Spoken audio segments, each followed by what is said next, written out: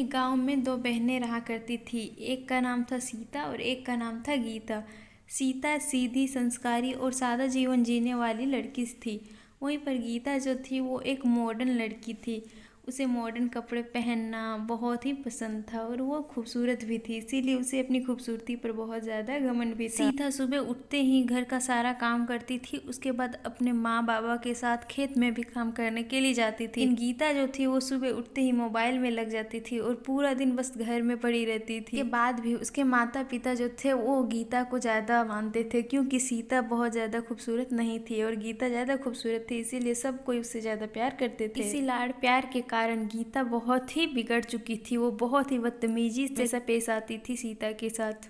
एक दिन की बात है, उसकी पूरी फैमिली बैठ के खाना खा रही थी, सब कोई साथ में। तभी सीता की मम्मी बोली, हमारी दोनों बेटी सीता और गीता अब बड़ी हो चुकी है, हमें दोनों के लिए लड़का देखना चाहिए और इन दोनों की शादी करवा देनी चाहिए। तभी सीता के पिताजी बोले, हाँ भाग्यवान, तुम सही कह रही हो।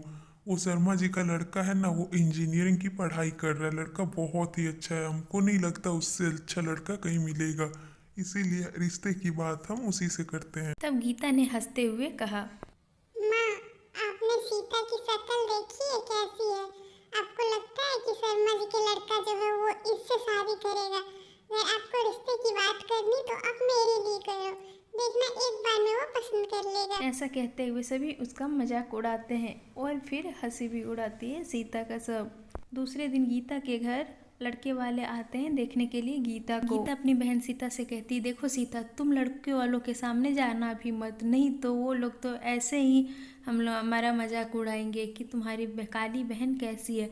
इसीलिए तुम खाना बनाना और अंदर ही रहना, तुम कुछ भी मत करना इधर बाहर का काम। होते हुए कहती, ठीक है दीदी, आप जैसा हमको बोलो।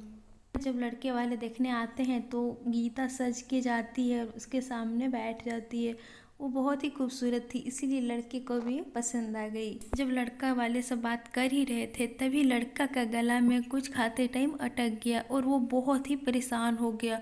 उसे कुछ समझ ही नहीं आ रहा था और गीता चुपचाप खड़ी होकर देख रही थी। वहीं पर सीता अपने किचन से सारा नज़ारा देख रही थी। उसे उसका दर्द और व्याकुलता देखी नहीं गई और वो दौड़ के पानी लाई और उसका खिलाई उसको और उसका पीठ थपथपाते हुए उसका खाना को नीचे निगलने में मदद की।